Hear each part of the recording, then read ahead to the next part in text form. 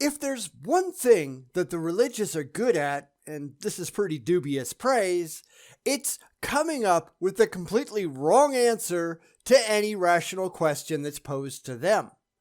Why? Because nothing they believe is rational, and they can't admit that simple fact to themselves. So, like their imaginary friend in the sky, they just make something up because it makes them happy.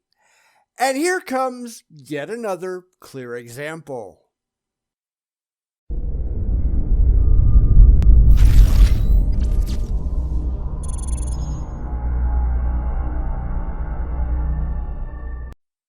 Today, we're going to look at a short video on a channel called St. Francis of Assisi, Marshaltown.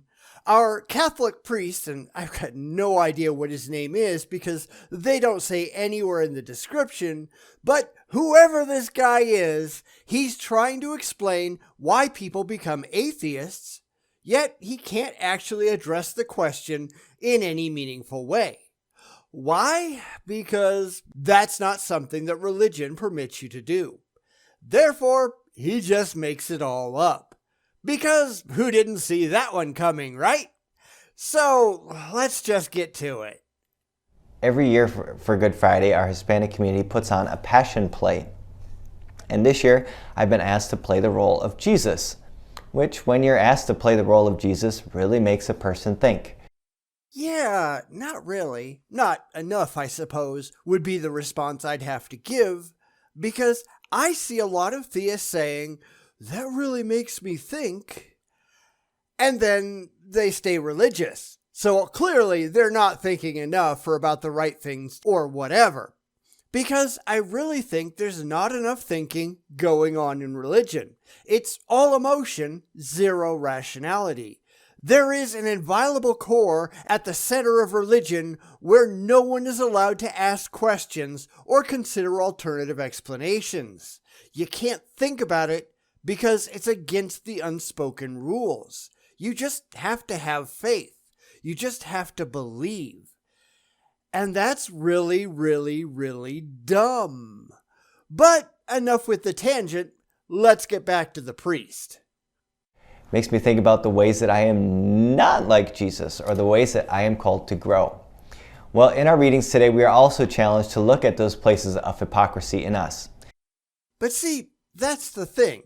If you're being a hypocrite, then you ought to try to change it. Yet I see a lot of people, and it's not just the religious to be fair, that are out and out hypocrites and seem perfectly happy to remain so. And that doesn't say a lot of good things about them, whether they like it or not. The religious often play up the sinful nature of man, so they don't actually have to be responsible for their own actions. And that's dumb whether they like it or not. But you also get a lot of atheists who are just as hypocritical, and they don't even have any magical beliefs to fall back on. I think that's often even worse. If you haven't considered the ramifications of your beliefs or your actions, then, Lucy, you got some splaining to do. Get to work. In our first reading, Isaiah challenges the kings of Sodom and Gomorrah to say, look, put away your misdeeds from before God's eyes. And in our gospel today, Jesus challenges the scribes and Pharisees in the temple area in Jerusalem, calling them hypocrites. And he says, call no one on your earth father. Now, obviously, Jesus isn't warning scribes and Pharisees in 33 AD not to call ordained ministers of his church priests. They didn't exist yet. You know, it's funny how he completely misses the bloody obvious problem with that. You know, your actual biological father. But the religious seem to see the world in only religious terms. It's interesting that for a church that had access to the scriptures at the time of their formation, they would still choose to violate Jesus' words and call their priesthood fathers, even though Jesus supposedly commanded no one to call them that. Because, they're hypocrites, right? The whole idea of, well, Jesus wasn't talking about us, That doesn't matter. You still choose to use the terminology that Jesus prohibited. And in all the centuries since, you've never recognized that you were doing the wrong thing and gone ahead and changed it. Why? Because they don't give a damn. Imagine that. What he's saying is we're all on an even playing field. We're all called to be accountable by the witness of our lives. By the witness of our lives, we show our own hypocrisy or we witness to Christ. Yet, the name of this video is The Single Greatest Cause of Atheism, and he's not gotten anywhere remotely close to that yet. Come on, Father, your video is almost half over. Don't you think you ought to get to the point? But there's one thing that I've noticed in a lot of these videos, that their supposed point is often just tacked on to the end. They don't expect anyone to argue with it, so it doesn't really matter. They don't have to justify it. They don't have to prove they've got a goddamn clue what the hell they're talking about. It's just a big religious buildup followed with an ad hoc claim, and then they're done and off to the races. And that's kind of dumb, but we knew that.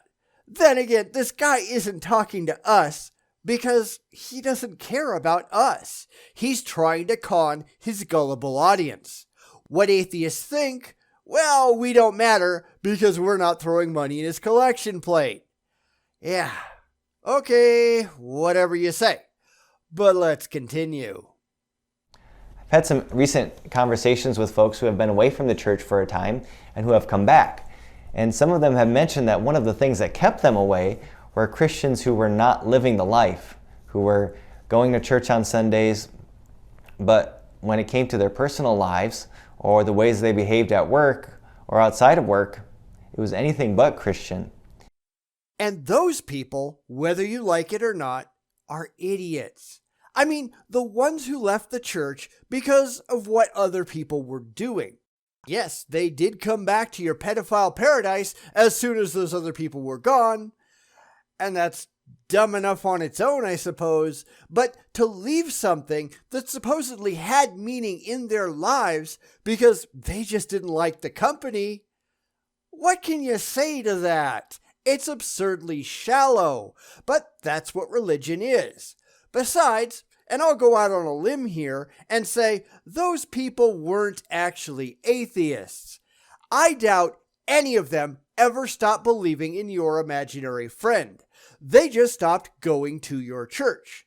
Clearly, the priest here doesn't know what the hell atheism is, and that's hardly a surprise.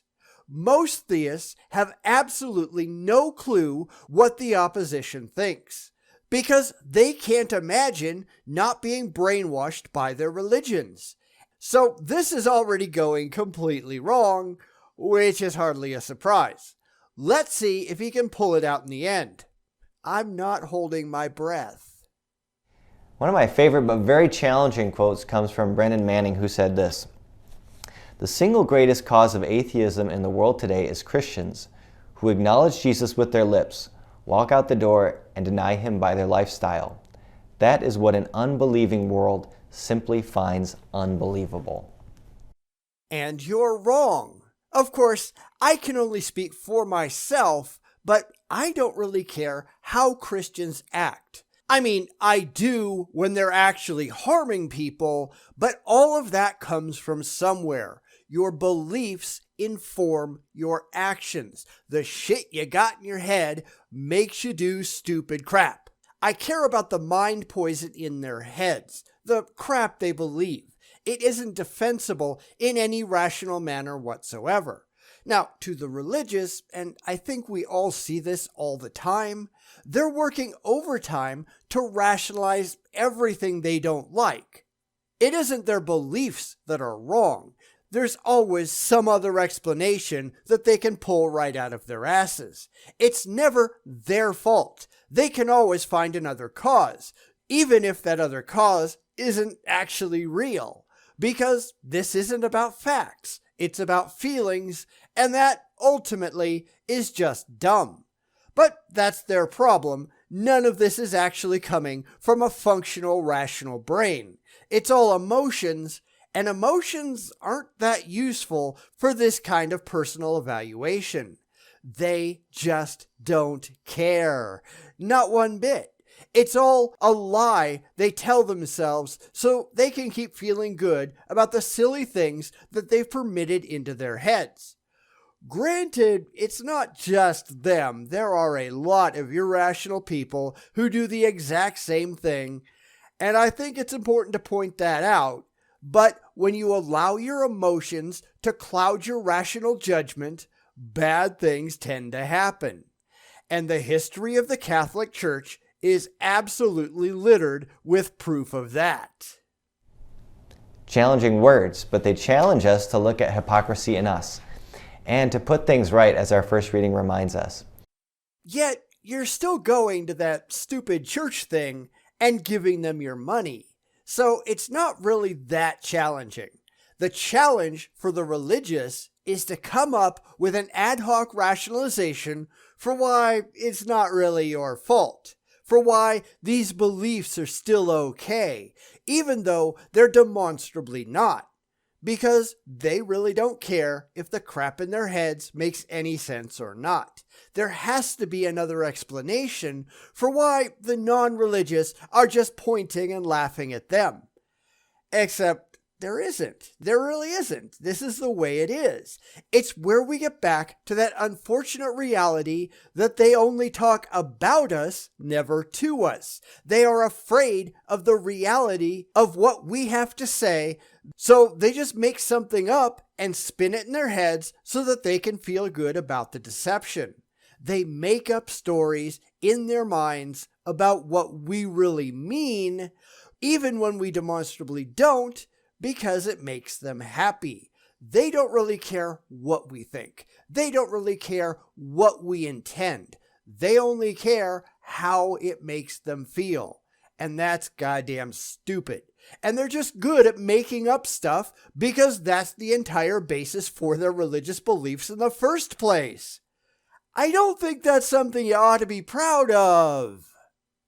So today, as we go through this day, look for those areas of hypocrisy where we're not living up to what Christ is calling us, and invite Him to help us to enter our lives in a fuller way that we might bear more genuine witness to Him.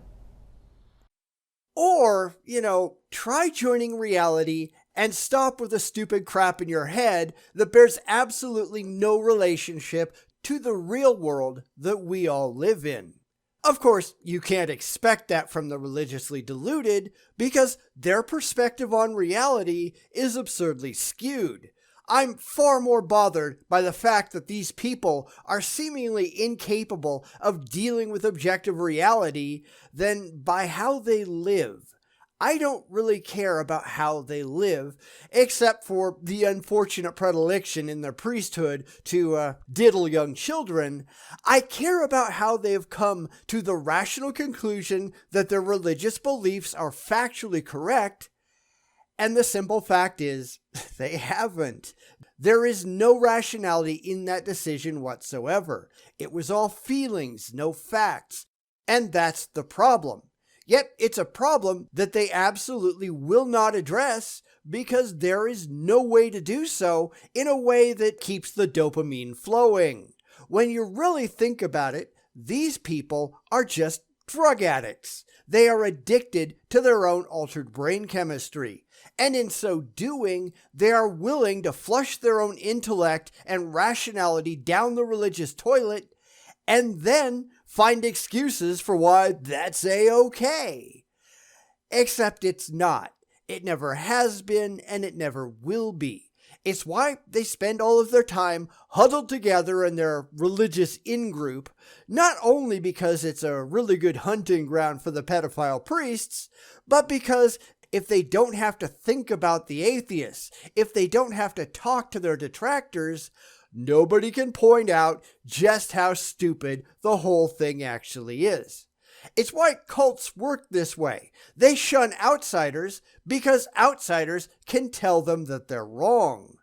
Not only is the answer here wrong, which it clearly is, it's entirely intellectually malformed. It's crazy people talking to each other and reinforcing their craziness because they won't talk to anyone else. They've locked themselves in the asylum and they are now running wild, living out their delusions and pretending, hey, this is kind of cool. And then they think there's something wrong with us. Yeah, it's funny how that works, right? Well, maybe not funny. There's another word for it. Let me think about it. All right, it's just sad.